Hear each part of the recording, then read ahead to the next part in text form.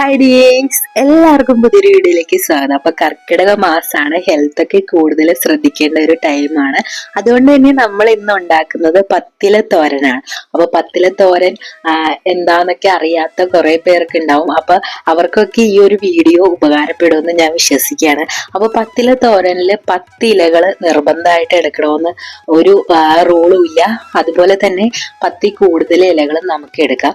അപ്പൊ നമ്മുടെ വീട്ടിലും പറമ്പിലൊക്കെ കിട്ടുന്ന ഇലകളൊക്കെ യൂസ് ചെയ്തിട്ട് നമുക്ക് പത്തില തോരൻ ഉണ്ടാക്കാം.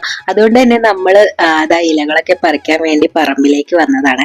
അപ്പൊ ഫസ്റ്റ് ആയിട്ട് എടുക്കുന്നത് കൊടവന്റെ ഇലയാണ്. അപ്പോൾ ഞാൻ ഇതിനു മുൻപ് ഒരു വീഡിയോ ചെയ്തപ്പോൾ ഒരു കുട്ടി കമന്റ് ഇട്ടായിരുന്നു, കൊടവന്റെ ഇല എങ്ങനെയാണ് കറി വെക്കുന്നതെന്നൊക്കെ ചോദിച്ചിട്ട്. അപ്പൊ അത് ക്ലീൻ ആക്കുന്ന വീഡിയോ ഒക്കെ ചെയ്യാവോ എന്നൊക്കെ ചോദിച്ചിട്ട് കമന്റ് ഇട്ടായിരുന്നു. അപ്പൊ ആ ഒരു കുട്ടി ഈ ഒരു വീഡിയോ കാണുകയാണെങ്കിൽ എന്തായാലും ഈ വീഡിയോക്ക് കമന്റ് ചെയ്യണേ. അപ്പോൾ ഇതാണ് കൊടവന്റെ ഇല. വളരെയധികം ഹെൽത്ത് ബെനിഫിറ്റ്സ് ഉള്ള ഒന്നാണ് കൊടവന്റെ ഇല.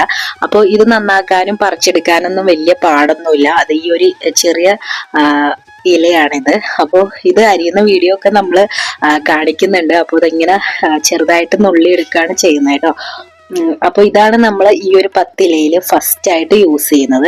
അപ്പോൾ ഒരു പിടി കൊടവന്റെ ഇലയാണ് നമ്മൾ എടുക്കുന്നത് കേട്ടോ. അപ്പോൾ നല്ല മഴയൊക്കെ പെയ്ത് നിൽക്കണോണ്ട് നല്ല ഫ്രഷ് ആയിട്ടുള്ള ഇല തന്നെ നമുക്ക് കിട്ടി. അങ്ങനെ നമ്മൾ കൊടവന്റെ ഇലയൊക്കെ പറിച്ചിട്ട് പോവാണ്. ഇനി നമുക്ക് ബാക്കി 9 ഇലകൾ പറമ്പിൽ നിന്ന് തന്നെ ഒപ്പിക്കണം. അപ്പോൾ അടുത്തതായിട്ട് നമ്മുടെ വീടിന്റെ മുറ്റത്ത് തന്നെ നിൽക്കുന്ന ഇലയാണ് തഴുതാമയുടെ ഇല. തഴുതാമയും ഒരുപാട് ഹെൽത്ത് ബെനിഫിറ്റ്സ് ഉള്ള ഒന്ന് തന്നെയാണ്. തഴുതാമ മെയിനായിട്ട് യൂസ് ചെയ്യുന്നത് വാദസംബന്ധമായിട്ടുള്ള അസുഖങ്ങൾക്കൊക്കെ വേണ്ടിയിട്ടാണ്. അതുപോലെ ചുമയ്ക്കും എല്ലാം നമ്മൾ ഈ ഒരു തഴുതാമ യൂസ് ചെയ്യാറുണ്ട് കേട്ടോ. അപ്പൊ ഈ ഒരു തഴുതാമ വെറുതെ തോരൻ വെച്ച് കഴിക്കാറുണ്ട്. അതുപോലെ ഈ ഒരു പത്തിലയുടെ ഒപ്പം നമ്മളിപ്പോൾ തഴുതാമ എടുത്തിട്ടുണ്ട്. ഈ ഒരു ചെറിയ ഇലയാണ് തഴുതാമയുടേത്. അത് നമ്മളിങ്ങനെ നുള്ളി എടുക്കാട്ടോ ചെയ്യുന്നത്. അപ്പോൾ നമ്മുടെ പറമ്പിൽ കിട്ടുന്ന എല്ലാ ഇലകളും ഒന്നല്ലെങ്കിൽ മറ്റൊരു വിധത്തിൽ നമുക്ക് വളരെയധികം ഗുണം ചെയ്യുന്ന ഒന്നാണ്. പക്ഷെ പലർക്കും അതിന്റെ ഗുണങ്ങളൊന്നും അറിയില്ലാത്തതുകൊണ്ട് ആരും അത് യൂസ് ചെയ്യാറില്ല. ഇലക്കറികൾ തന്നെ നമ്മൾ ധാരാളം കഴിക്കുന്നത് നമ്മുടെ കണ്ണിന്റെ ആരോഗ്യത്തിനും എല്ലാം വളരെ നല്ലതാണ്. അതുകൊണ്ട് തന്നെ നമ്മൾ ഈ ഒരു 10 ഇലയ്ക്ക് ഇപ്പോൾ എടുത്തിരിക്കുന്നത് തഴുതാമ ഇലയാണ്. അപ്പൊ ഇവിടുന്ന് തന്നെ നമുക്ക് ചേമ്പിന്റെ ഇലയും ചേനയുടെ ഇലയും കിട്ടിയിട്ടുണ്ടായിരുന്നു. പൊന്നാങ്കണ്ണി ചീരയും കൂടി നമ്മൾ ആ ഒരു പറമ്പിൽ നിന്ന് പറിച്ചിട്ടുണ്ടായിരുന്നു. പക്ഷെ അതിന്റെ വീഡിയോ എടുക്കാൻ മറന്നുപോയി. അപ്പോൾ അത്ര ഇലകളാണ് നമുക്ക് അവിടെ നിന്ന് കിട്ടിയത്. പിന്നെ നമ്മൾ ഇവിടെ നിന്ന് എടുക്കുന്നത് ഇല, കുമ്പളത്തിന്റെ ഇല. അപ്പൊ ഈ ഒരു മത്തനും കുമ്പളവും അടുത്ത് തന്നെയാണ് നിൽക്കുന്നത്. അപ്പൊ രണ്ടിന്റെ ഇല ഏകദേശം സെയിം ആണ്. പക്ഷെ ഇതിന്റെ ആ ഒരു പൂവ് തമ്മിൽ ഒരു ചെറിയൊരു ഡിഫറൻസ് ഉണ്ട്. അങ്ങനെയാണ് നമുക്ക് ഇലകൾ അറിയാൻ പറ്റുന്നത്. പിന്നെ ഈ ഒരു കുമ്പളത്തിന്റെ ഇലയിൽ ചെറിയൊരു മുള്ളു പോലെ ഒരു ഭാഗമുണ്ട്. അപ്പൊ അത് വെച്ചിട്ട് നമുക്ക് തിരിച്ചറിയാൻ പറ്റുമല്ലോ. അപ്പൊ അങ്ങനെ നമ്മൾ മത്തന്റെയും കുമ്പളത്തിന്റെ ഇല എടുത്തു. അപ്പോ എല്ലാം ഒരു പിടിയൊക്കെ വെച്ചിട്ടാണ് എടുക്കുന്നത്. നമ്മൾ പ്രത്യേകിച്ച് കണക്കിലൊന്നല്ല എടുക്കുന്നത്. കിട്ടുന്ന ഇലകൾ നമ്മൾ യൂസ് ചെയ്യാന്നുള്ള രീതിയിലാണ് എടുക്കുന്നത് കേട്ടോ. അപ്പൊ മത്തയും കുമ്പളവും പറിക്കാൻ പോയപ്പോൾ തന്നെ ഇതിന്റെ അടുത്ത് തന്നെയായിട്ട് സാമ്പാർ ചീര നിൽക്കുന്നുണ്ടായിരുന്നു. അപ്പൊ ചിലര് സാമ്പാർ ചീരയൊക്കെ പത്തില തോരനിൽ യൂസ് ചെയ്യാറുണ്ട്. പക്ഷെ നമ്മൾ ഇന്ന് സാമ്പാർ ചീര എടുക്കുന്നില്ല. അല്ലാതെ തന്നെ നമുക്ക് 10 ഇലകൾ വേറെ കിട്ടിയോണ്ട് നമ്മൾ സാമ്പാർ ചീര എടുക്കുന്നില്ല. ചീരയിൽ തന്നെ പല വിധത്തിലുള്ള ചീരകളുണ്ട്. സാമ്പാർ ചീര, വേലി ചീര, അതുപോലെ പച്ച ചീര, അങ്ങനെയൊക്കെയുള്ള ചീരകളുണ്ട്. അപ്പോൾ നമ്മൾ ഇന്ന് എടുക്കുന്നത് പച്ച ചീരയും അതുപോലെ തന്നെ പൊന്നാങ്കണ്ണി ചീരയും ആണ് ഈ ഒരു 10 ഇല തോരനിൽ യൂസ് ചെയ്യുന്നത്. അതുകൊണ്ട് തന്നെ സാമ്പാർ ചീര നമ്മൾ ഇതിൽ ഉൾപ്പെടുത്തുന്നില്ല. അപ്പോൾ ഇതാണ് സാമ്പാർ ചീര. ഈ ഒരു വയലറ്റ് ഫ്ലവറൊക്കെ ആയിട്ട് നിൽക്കുന്നതാണ്. അപ്പോൾ കാണാത്തവർക്ക് വേണ്ടിയിട്ടാട്ടോ ഞാൻ പറയുന്നത്. അപ്പോൾ അത് നമ്മൾ യൂസ് ചെയ്യുന്നില്ല. അങ്ങനെ നമ്മൾ മത്തയിലയും കുമ്പളത്തിന്റെ ഇലയൊക്കെ എടുത്തതിന് ശേഷം അടുത്തതായിട്ട് നമ്മൾ എടുക്കുന്നത് കാന്താരിയുടെ ഇലയാണ്. അപ്പോൾ കാന്താരിയുടെ ഇല ഇഷ്ടമുള്ളവർക്ക് യൂസ് ചെയ്താൽ മതി. ഇത് ഓപ്ഷണലാണ്. പക്ഷെ കാന്താരി ഒരുപാട് ഹെൽത്ത് ബെനിഫിറ്റ്സ് ഉള്ള ഒന്നാണ്. അതുകൊണ്ട് തന്നെയാണ് നമ്മൾ കാന്താരിയുടെ ഇല എടുക്കുന്നത് കേട്ടോ. അപ്പോൾ കാന്താരിയുടെ ഇലക്ക് പ്രത്യേകിച്ച് കയ്പോ അങ്ങനെയൊന്നുമില്ല. അതുകൊണ്ട് നമുക്ക് യൂസ് ചെയ്താലും കുഴപ്പമൊന്നുമില്ല. നല്ല ഹെൽത്ത് ബെനിഫിറ്റ്സ് ഉള്ള ഒന്നാണ് കാന്താരി. കാന്താരിയുടെ ഇല മാത്രമായിട്ട് അമ്മ ഇടയ്ക്ക് തോരൻ വെക്കാറുണ്ട്. അപ്പോൾ അത് നല്ല ടേസ്റ്റായിട്ട് തോന്നിയിട്ടുണ്ട് കേട്ടോ. അപ്പോൾ നമ്മളങ്ങനെ കാന്താരിയുടെ ഇല എടുത്തു. അപ്പോൾ ഇലകൾ മാത്രം ഉൾപ്പെടുത്തുന്നതുകൊണ്ട് മുളക് നമ്മൾ പറിച്ചില്ല. അങ്ങനെ കാന്താരിയുടെ ഇല എടുത്തു. ഇനി നമ്മൾ എടുക്കുന്നത് പച്ചച്ചീരയാണ്. പച്ചച്ചീര എന്നാണ് നമ്മുടെ ഇവിടെ പറയുന്നത്.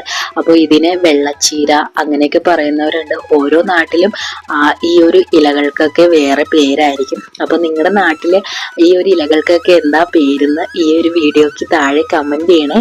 അപ്പോൾ നമ്മളിതാ അങ്ങനെ ഇലകളൊക്കെ പറിച്ചു. അപ്പൊ ഇനി ഈ കാണുന്നതാണ് പച്ചച്ചീര. പച്ചച്ചീര എന്ന് പറയാൻ കാരണം ഇതിന് ചെറിയൊരു പൂവും എല്ലാം ഉണ്ട്. അതുകൊണ്ടായിരിക്കും ചിലപ്പോൾ ഇതിന് വെള്ളച്ചീര എന്ന് പല നാട്ടിൽ പറയണത്. കാരണം ഈ വെളുത്തൊരു പൂവൊക്കെ ഉള്ളതുകൊണ്ടായിരിക്കും ചിലപ്പോൾ വെള്ളച്ചീര എന്ന് പറയുന്നത്. നമ്മളപ്പോൾ ഇതിനെ പച്ചച്ചീര എന്നാണ് പറയുന്നത്.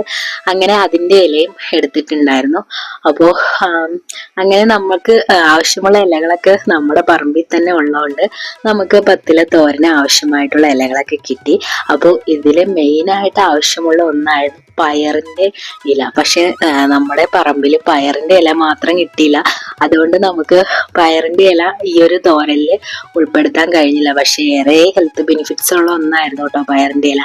പക്ഷെ അത് കിട്ടിയില്ല. പക്ഷെ നമ്മൾ അതുകൊണ്ട് വേറെ ഇലകൾ ഉൾപ്പെടുത്തിയിട്ടുണ്ട്. അപ്പോൾ അടുത്തതായിട്ട് ഈ ഒരു കൊടിത്തൂവ അഥവാ ചൊറിയണം എന്നാണ് പറയുന്നത്.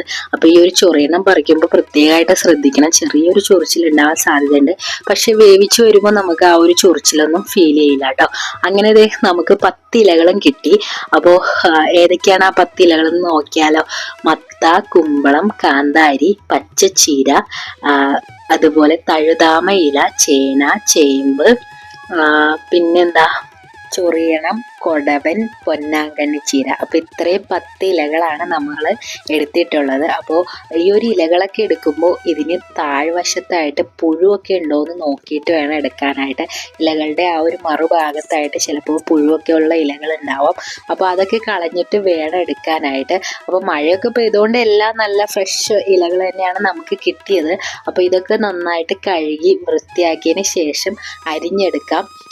അപ്പോൾ ഈ ഒരു ഇലകളൊക്കെ നമ്മൾ നന്നായിട്ട് കഴുകിയതിന് ശേഷം എല്ലാം കൂടി ചേർത്തിട്ടാണ് അരിയുന്നത് കേട്ടോ. അപ്പൊ ഈ ഒരു ഇലയിൽ ഏറ്റവും പ്രശ്നക്കാരാരാന്ന് ചോദിച്ചാൽ ചൊറിയണം തന്നെയാണ്. അപ്പൊ ചൊറിയന് അരിയുമ്പോൾ കൂടുതലായിട്ട് ഒന്ന് ശ്രദ്ധിക്കണം. കാരണം അല്ലെങ്കിൽ കൈ ഫുള്ള് ചൊറിയാനായിട്ട് സാധ്യതയുണ്ട്. പക്ഷെ അമ്മക്ക് ഇതൊക്കെ അരിഞ്ഞ് ശീലമായതുകൊണ്ട് അമ്മ വളരെ കൂളായിട്ടാണ് ഇരുന്ന് അരിയുന്നത് കേട്ടോ. പക്ഷെ എനിക്ക് ഈ ചൊറിയണത്തിന്റെ ഇലയിൽ തൊടുമ്പോൾ തന്നെ ഭയങ്കര ചൊറിച്ചിൽ ഫീൽ ചെയ്യാറുണ്ട്. പക്ഷെ അമ്മ ഇതെല്ലാം കൂടി മിക്സ് ചെയ്തിട്ട് അരിയുന്നതുകൊണ്ടാണോ എന്നറിയില്ല, അമ്മയ്ക്ക് ചൊറിച്ചിൽ ഫീൽ ചെയ്തില്ല. അപ്പോൾ നമ്മളിതാ ഇങ്ങനെ ഇലകളൊക്കെ ചെറുതായിട്ട് അരിഞ്ഞെടുക്കണം. അപ്പോൾ ഈ ഒരു ചൊറിയണത്തിൻ്റെയും ചേമ്പിൻ്റെയൊക്കെ ചൊറിച്ചിൽ മാറാൻ വേണ്ടിയിട്ട് ആ ഒരു ഇല നമ്മൾ വെള്ളത്തിലിട്ട് വെക്കോ അങ്ങനെയൊക്കെ ചെയ്ത് കഴിഞ്ഞാൽ ചൊറിച്ചിൽ കുറയാനുള്ള ചാൻസ് ഉണ്ട്. പിന്നെ ഈ ഒരു ചേമ്പ്, ചേന, ചൊറിയണമൊക്കെ കറിയായിട്ടൊക്കെ വെക്കുന്നവരുണ്ട്. അവർ പുളി വെള്ളമൊക്കെ യൂസ് ചെയ്തിട്ട് ചൊറിച്ചിൽ മാറ്റാറുണ്ട്. അപ്പോൾ അങ്ങനെയൊക്കെ ചെയ്യാം. അപ്പോൾ നമ്മൾ ഇലയൊക്കെ അരിഞ്ഞതിന് ശേഷം ഒരു പാനിൽ എണ്ണ ഒഴിച്ച് കടുക് താളിച്ചതിന് ശേഷം അതിലേക്ക് ഉള്ളിയിട്ട് നന്നായിട്ട് ഒന്ന് മൂത്ത് വരുമ്പോൾ നമ്മുടെ ഈ ഇലകൾ അരിഞ്ഞത് ചേർത്ത് കൊടുക്കുക. ഉപ്പ്, മഞ്ഞൾപ്പൊടി, മുളക് പൊടി ഓർ നമ്മുടെ ഇടിച്ച മുളകാണ് യൂസ് ചെയ്തത്. അപ്പോൾ അത് ചേർത്ത് കൊടുക്കാം. എന്നിട്ട് അതിനകത്തേക്ക് തേങ്ങ ചിരകിയതും കൂടി ചേർത്ത് കൊടുക്കാം. അപ്പോൾ ഇത്രയേ ഉള്ളൂ, വളരെ സിമ്പിൾ ആൻഡ് ഹെൽത്തി ആയിട്ടുള്ള പത്തില തോരൻ. അപ്പോൾ ഈ ഒരു വീഡിയോ നിങ്ങൾക്ക് എല്ലാവർക്കും ഇഷ്ടപ്പെട്ടു എന്ന് വിശ്വസിക്കുകയാണ്. അപ്പോൾ വീഡിയോ ഇഷ്ടപ്പെട്ട എല്ലാവരും ലൈക്ക് ചെയ്യാനും കമൻറ്റ് ചെയ്യാനും സബ്സ്ക്രൈബ് ചെയ്യാനും മറക്കല്ലേ. അതുപോലെ പത്തില തോരൻ ഉണ്ടാക്കി നോക്കിയിട്ട് അഭിപ്രായം പറയണം.